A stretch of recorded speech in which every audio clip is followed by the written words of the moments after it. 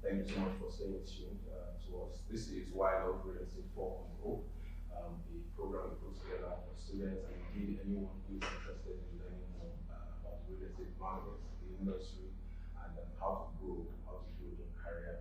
Before we went on a break, we heard from Tayo Adejumoke, CEO of Northcourt, on how he grew, and we will be sending out those recordings after this session to also be available in the showroom on Pixar. My name is Ibaru, Chief Operations Officer, and it's my pleasure and distinguished honor to be moderating this panel on building a career in real estate. I have questions here from the audience, some that I received ahead of time. And to do that with me is the very esteemed senior partner, Mr. Frank Okosun, and partner Estate Links, Mrs. Adejumoke, Akure. So I'll get right into it. The first question I have here is, starting with the lady, of course, why or how did you get into the real estate business? For me, real estate business, like everybody always has a story, but it was a mistake. For me, it really was. I had no intention whatsoever to do real estate. I didn't even know about it until there was this particular year where we lost a year in the JAM system, and my father couldn't afford to sit me at home again another year, and he just said, you know what, I picked up a form for you, and I couldn't be bothered. I didn't even listen to what he said because my mind was that I was en route to Italy. I got my admissions and everything. I was going to go to Italy to school. I wasn't listening. Then, okay, so you were going to jump classes. Yes, then one day I was supposed to pick up my letter from my visa from the embassy. Saturday, the admission come through in the newspaper. Then it used to be in the newspaper, got a National Concord, I'll never forget. And my name was there, estate management. Wow. For my parents, it was a happy day. For me, it was a very sad day. But got into Yamutech, and that's where I started. I'd like to hear from you, sir. How did you get into the real estate business? Mine was not a mistake. There was what we call guiding and counseling at that time. And I had an uncle who was a dean of faculty of engineering in Federal Polytechnic Auchi at that time. And a gentleman. And during our normal holidays, it takes us through which courses do you want to do. My intention was engineering. But when the result came back,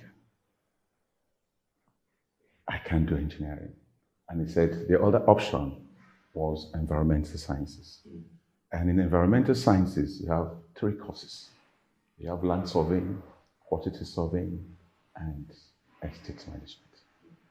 And I remember I used to cancel as an estate surveying then was, nobody knows anything about estate surveying, but the way he marshal what you will become, you become owners of estates, you are managers, the way, as an engineer. So I said, I don't want to be surveying land in the bush. I don't want to be doing bills of quantities. I don't want to be doing town planning. I want this. And that's how I got into it. Yeah, that's it. Okay, so now on the back of that, you've both been in the industry for decades, and your experience spans so many areas of the real estate market. What does it take to succeed in the real estate industry? Because we have students out there who are watching you and are saying, I really want to get to this level. I think it's something I can get done. I might not be able to jackpot as you try to, right? But what does it take to succeed in this industry? And what kind of person do you have to be? I'll start with you, sir, seeing that yours is not a mistake. Okay. To become a real estate, I call it a charter surveyor, to love real estate, you have to be very, very knowledgeable in what you're doing, what you want. You must have a passion for it. You must go deep in the profession. You must read it very well. And it takes time. It takes time. And you must be outspoken. You must be knowledgeable. And you must be outgoing. It requires a lot of consistency for you to be able to get into it. And you must be deep in it. And the profession is a noble thing. And it requires you being a professional to be able to meet with noble people. Why do we call it noble colleagues? Why do we address ourselves as noble colleagues? Because the kind of people we interact with are not small people. So it requires you being consistent with what you do. Go deep into it. Be more exposed into it. And it gives you that knowledge of being very professional about it. There's something I want to quickly get there, because you said you have to be an outgoing person. Correct. I don't think we need to look at the audience. I know that there are many people who don't like going out. Take me for example. It is strange that I find myself in environments like this where I'm talking. I generally find it a bit difficult going out and meeting people. Now, were you always like that, or did you have to learn how to go out, how to engage? And if you were not like that originally, how do you build confidence? How do you build the ability? Correct. Then we'll come to you, madam, on the question as to the kind of person. You know, real estate is about processes. You have to go through a lot of processes. You have to interact. And you have to be mentored as well. Wherever you are, there's a lot of mentoring. And it's not just writing letters. Skill that has to come into it. You need to develop a lot of things. So whether you're outgoing, you're not outgoing, but do you have the capacity to interact with people? Can you open yourself? Can you be able to tell the audience you're interacting with? Can you open your who you are? What do you want? How do you sell yourself? How do you market yourself? Because it's all about marketing. It's a salesmanship on the other side before the professionalism comes in. So whether you're outgoing or not outgoing, but there is a mindset. So it's the mindset. It's a mindset about the skill that you want. Thank you very much for that answer. And I think it was in Tyler's opening speech where he spoke about the need for you to go through the process. Yes, and again, we want to emphasize that it takes time to become outgoing and effective. So, Mrs. Akure, the question comes to you. What does it take in your mind to succeed in this industry? And what kind of person do you need to be? Okay, let me take it from when you kept saying Japan and all those things. The reason I took that story is because I wanted to also let them know that there's a disappointment part to the story. Correct. In the sense that I did not do what I thought was the right thing for me. Yeah. Because there's a lot of people listening to me whose only mindset that if I don't, it's either go out of this country or not in this. And I wanted to share that it's possible that it might not work out the way they're planning. Okay. But that doesn't mean there's not a grander plan in working and coming into the industry. Because for the initial period, I threw face and it showed in some of my results of some of my courses. I looked for the thing that got my father the most, which was the engineering math we did in year one. And I failed because my dad was an engineer. I failed because I wanted to punish him for putting me here. So, some students there are not the only ones who want to punish their parents for putting them in a course that they did not want. Yes. But you see, then one day I said to myself, look, then my father said to me, I took the money I was going to use, the way I asked him for the money, kind of suspect something was going on. I said, look, whose name is going to be written on that report card, on that result? I said, my name. He said, would there be any affiliation to me? Does anybody know me in your report? I said, no. They said, you better do what is right for yourself. All right. And so I had to think twice about what I was doing. And here at this point, am I going to keep crying about it? Oh, so I take what life has brought in front of me right now, and I deal with it. Like you say, make lemonade out of lemons. And so I took it with myself. I went for extra classes with a friend who was in statistics and maths. I quickly got over that initial disappointment, and I picked it up from there. And so that kind of person, from there, I tell you have to be very dexterous. If you look at the amount of courses we learn across the spectrum, it tells you that this profession is going to demand from you that you're very resourceful. Correct. It says what kind of person you should be. Right now, even from school, you might look at some of the lecturers and say, what you didn't know. Well, and all of those, the way we all pick at our lecturers and make fun of them. Some of them don't know how to speak English and all that. Forget them. Take the lesson. Because what they're telling you, what they're teaching you, they want you to be broad. They want to stretch your mindset. Because by stretching your mindset, when you come out like what I call it the big boss. What big boss I say? When you come out and you begin to work, you find out you're dealing with different spectrum. in your profession. In your profession. There are, for some people you do portfolio management. For a lot of people, clients are going to deal with, their properties are the most important thing to them. So you must learn how to engage them. It's not just about accounts. Like what he said about being outgoing, you must know how to speak, you must know how to endear yourself to your clientele. So it again starts from there. You first make up your mind from school. I am in this course. I can either flunk it all through, or I can take a decision that I'm going to excel in it. And I'll come out and work in it and excel in it. And because my mind is resourceful, there's so many different aspects of real estate that you can specialize in. I was just chatting with him before we started. I do the auctions. I do that facility management, but I'm not facility management in healthcare facilities. There are people that can do, agriculture. Nigeria is going through the agri system now. There's so much that an estate surveyor advisor can become in the agricultural sector. There's so much in the tourism sector. So that's where the profession prepares you to stretch your mind. Believe it, if you can think it is possible in real estate.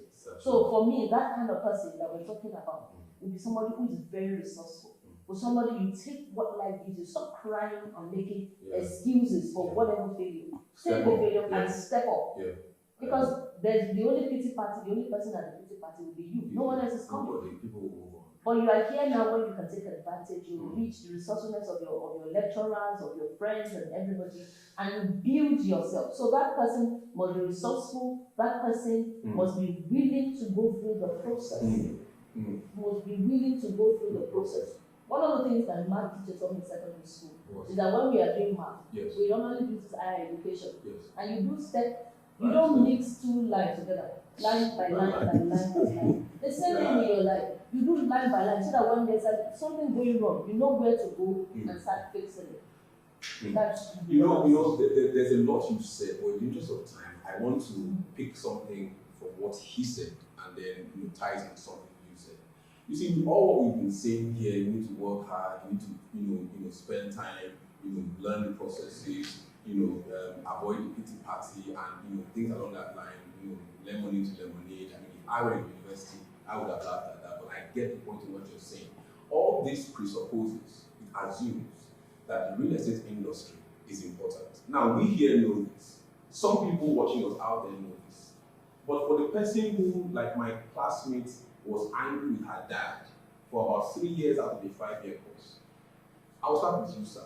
What makes this our industry very important? The estate management profession is a very, very, like my colleague said now, it's a diverse profession. It's very wide. You have, like what you said, you have the valuations on one side, you have the property management on one side, you have the facility management, you have the rating compensations, all sorts. So to the ordinary people, they don't understand what the profession is all about. But to us, even to the younger ones coming, it's a wider scope of work. It requires a lot of things, and it requires men of integrity to be able to run this profession. And that's why, for us to the public, we're like the storekeeper of what assets they have. To even the private sectors, the public sectors, it requires accountability on our part. That's why that same integrity, that same honesty, that same astute work council, that's the hard-working part of it. That will take a lot of things into depth. We managed both human and assets. So the ordinary people, not to even talk of the students, it's a very wide profession. Just to add to what you said, someone once told me that you see everybody that is making money, at some point they're going to come to the real estate market. I said, what do you mean? He said, look, any musician, forget the amount of money he's making, he's going to buy houses, he's going to buy land. Think of any banker, think of anybody who's an artist or creative, people who are in IT, who are in tech. At the end of the day, the money finds its way. But what is happening? What is happening in the business today? Even with you as an estate surveyor, are they the people that are not estate surveyors? Are they one doing your job today? Because how many chartered surveyors do you have in Nigeria? Because all the lawyers want to be speculators in real estate.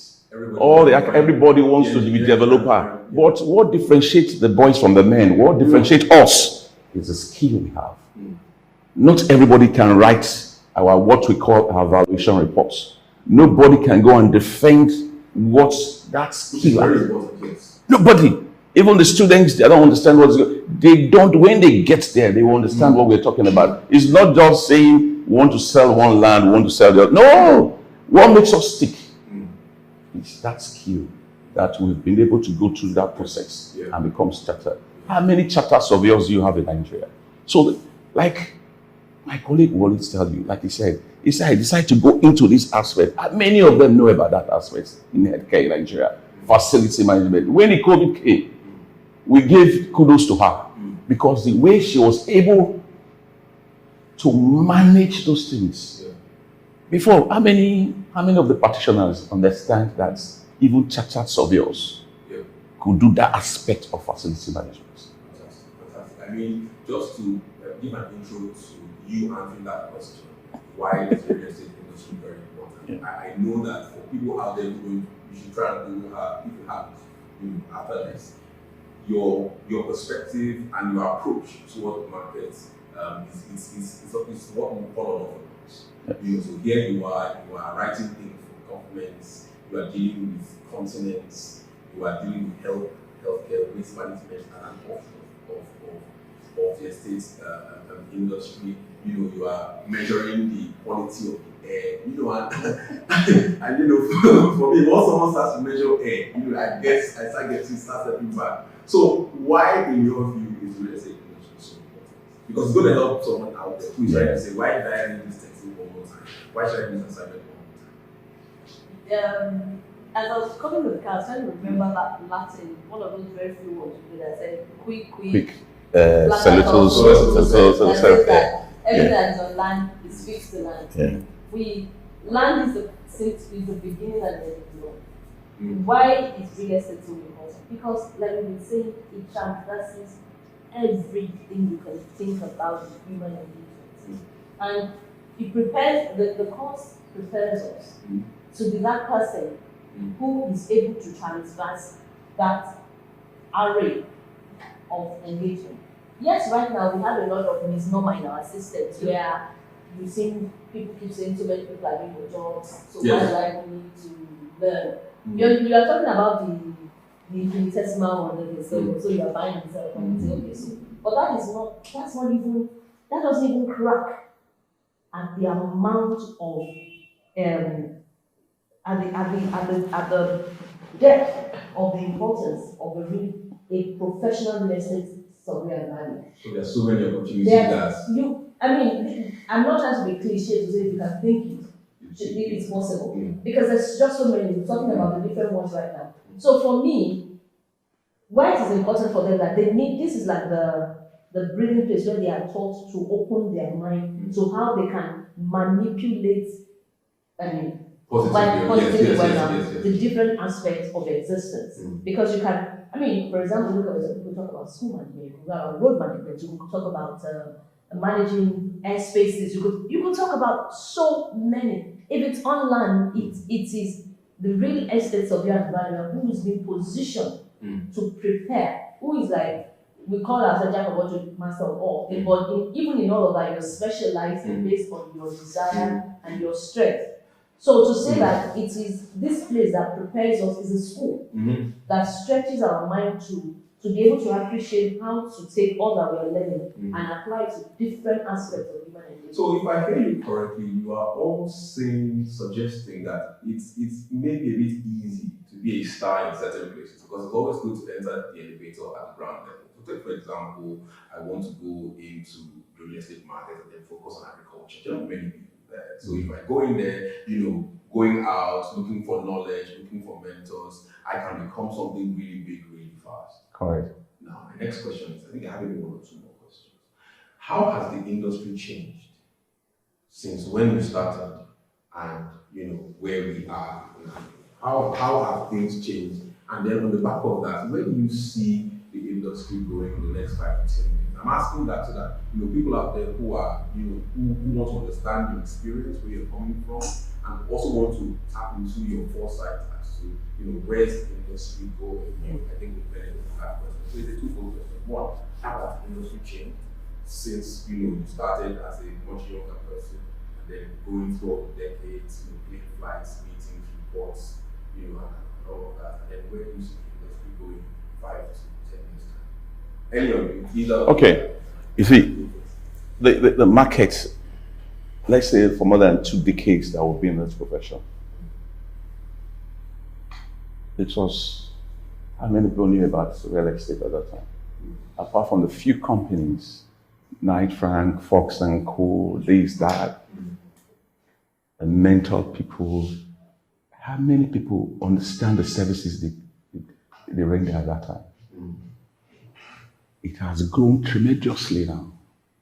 There is nowhere in the world, not to even talk of Africa, in Nigeria. So the young students should understand that it has grown beyond. So it's not a dying profession. It's growing, it's expanding. It's going to go haywire. Because every other day there's a lot of things coming out. There are changes. There are technology and advancement in it. There's a lot of transactions. You heard what my colleague said now. How many of us at that time understand there's real estate in healthcare? There's real estate. I know at that time, Knight Frank was doing agriculture. We're doing development. We developed one of the best estates at that time that we managed. But there are more that had come up after time. So it shows that there's a lot of development in the real estate space. So the market, a lot of changes, it's going to be, how many are we? Take for example, how many charter surveyors do we have in Nigeria? So the market, if for Northcourt and Co, what is their specialty? What's Bengal Lanio, what is their specialty? There is a room for everybody. Consultancy, valuations, capital markets, agency brokery. The children, the younger ones, they will learn to, that's what we said, they need to be knowledgeable. They need to read depth. They need to go in so that when they come out, they can say, okay, I'm going to focus on this particular aspect of a profession. Like we have a Knight Frank, you have to go through all the stages.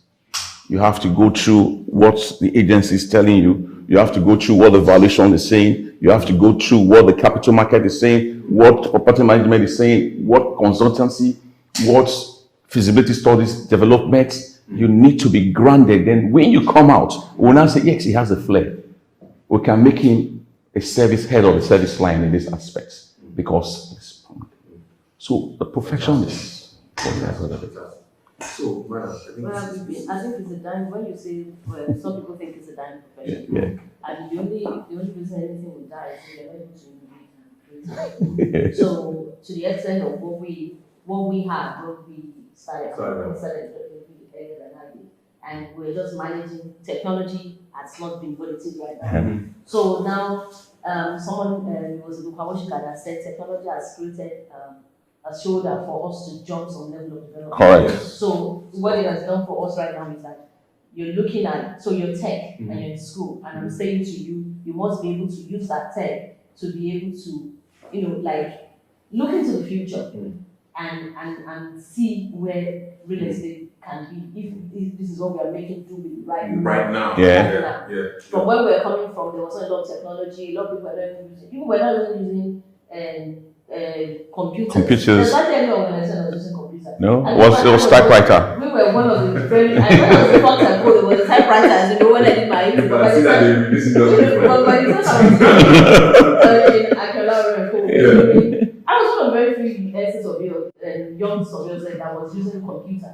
And so what I did, because a lot of these men were grounded in the profession. So you want to stand before one of the senior surveyors and talk about valuation. Correct. Your head has to be on point. Because they are not just looking from the book, they've done it experimentally, they worked. So I thought, okay, and then I was working back in there was so there's an expectation. Correct. So I just looked for a special way, I got the computer technology in the real estate industry. So you quickly pick. And so from then I realized, it allowed me. From then I realized I could be an outlier. Yeah. But even if you read the book, even as well, you have to pay your dues. Yeah, correct. You have to put in your hours. So we were there when technology, the amount of boom that technology has experienced in the last 20 years, a lot of them when they were younger, we didn't have that opportunity to work. To work but with we pushed despite it all. So now that technology is here, the next 17 years, but in technology is humanity. That's why the real estate is both the art and the science. Yes. You must be able to know that you are the lead right. Technology is there. You could use it to calculate projections and all that. But there's still the human face to that because that is you doing relationship management, like networking that he has mentioned. And that is very key to work. You know, I wish this could go on for maybe another 30 minutes, but I have run out of time, but I have time for one last question. And it is this. So you're both seated here now, you know, thankfully, success stories, professionals, you have respect, you have, you know, regard internationally. Neither of you is a local player, even though locally you're on top of your game, and you have been on top for a very long time. My question is this. So the person there, you know, Ayo, who is broke, is probably struggling, you know, to hold on to his 2-1, doesn't like half his lecturers, really wants to just go home and sleep, broke up with his girlfriend. You know, someone who is just, you know, mentally challenged, you know, different things happening, we know what's going on, you know, with the movements and all of that, and the economy isn't even encouraging. Half your friends or 80% of your friends are saying, let us, you know, go to another country. And you are going to advise your younger self now. I'll start with you, Mr. Frank. What would you advise an 18-year-old, a 19-year-old Frank, and then Mr. Akure will come to you? What would you advise your younger self? You know, let's give the hindsight of the things I would have done when I was younger and no other things that I'm doing right now. Because, like we say, it's the same process we have come because of the way we've been mentored. There are things we need to always stand and respect our bosses. Listen to them, learn from them. What are their mistakes? What are their mistakes in the process during your training period? Why do we have the internship? Why do we have to go through those processes? The younger ones coming, do they have the patience? They need to have that patience. They need to be more focused on that, the passion of what they want. They need to take some bit of risk and look at the future for them. Because like what I would do when I was 25 years ago is not kind of instructions, it's not kind of things I would take. But I took a lot of risk because I knew I had a passion for me to take those risks. I was taking those risks. At the same time, I was content and I was patient. I stayed focused. That's why I use that word with tenacity. So you remain at that level and see how it's going to play out.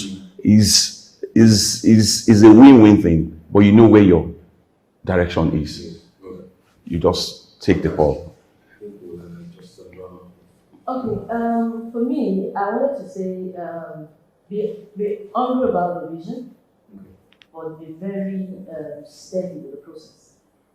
Because could you say that again? He said hungry, be hungry about the vision, but be steady with the process. Because it's not, you see, a lot of times people, when you use these words, there's so many things that have become cliches. Where you say, you know, success takes time. There's probably some people watching us that say, and then you see people that will come and tell you, I made it in 1 year, I made it in 2 years. Yeah, there will be those flash.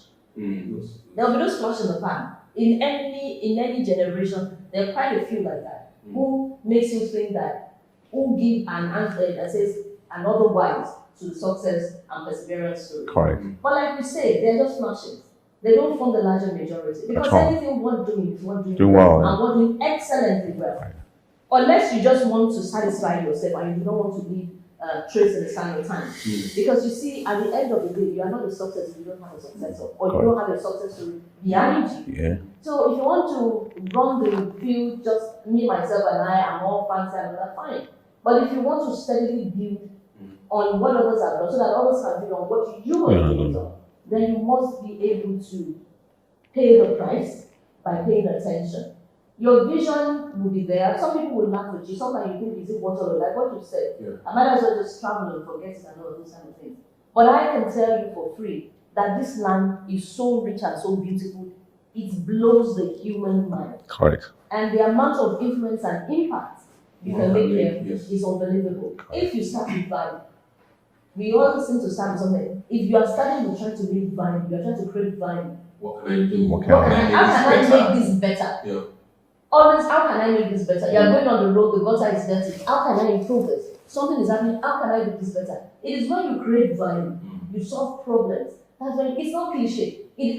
Go check all over the world. Any success story, what it solved. I'm not talking of flash. There's a lot of there's always a lot of that right now. Yeah. Because hunger, perceived hunger, makes you think that you need to make a quick buck now. Perceived. The only hunger that can run you rockets is if your mind is poor.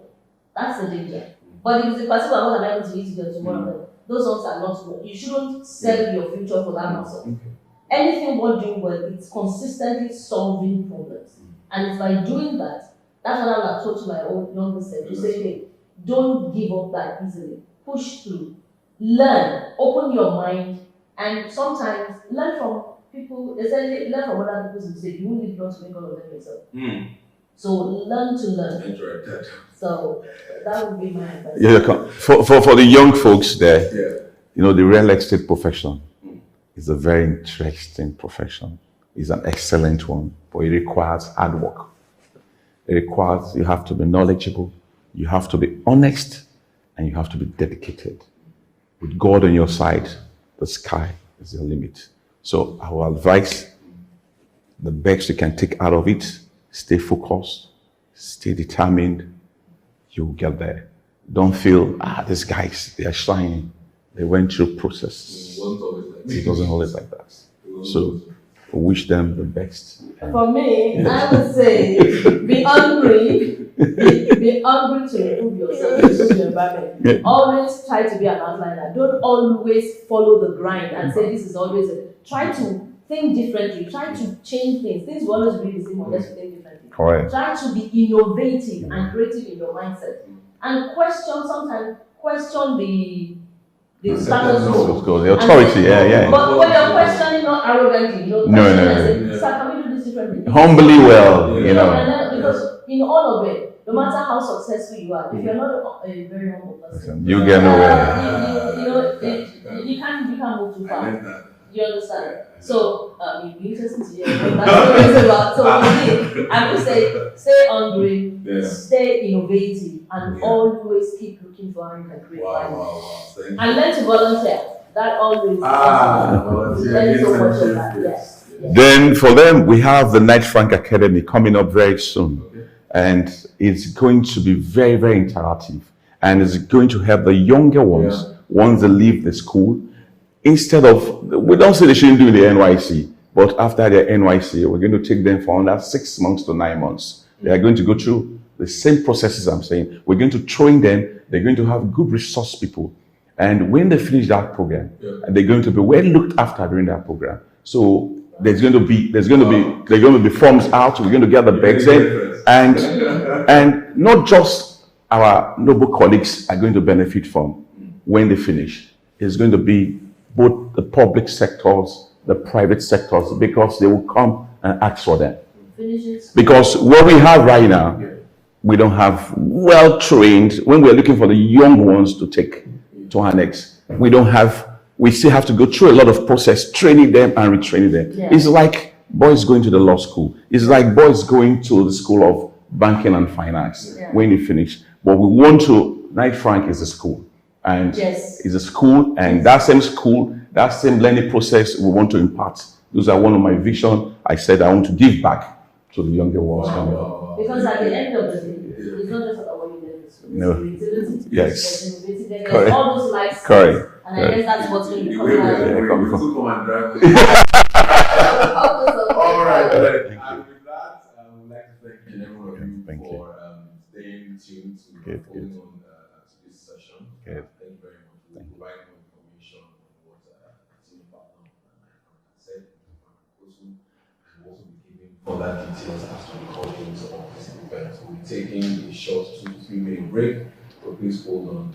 And thank you so much once again for logging in. Irene Ayo, Chief Operations Officer, Northcourt Real Estate. Thank you very much.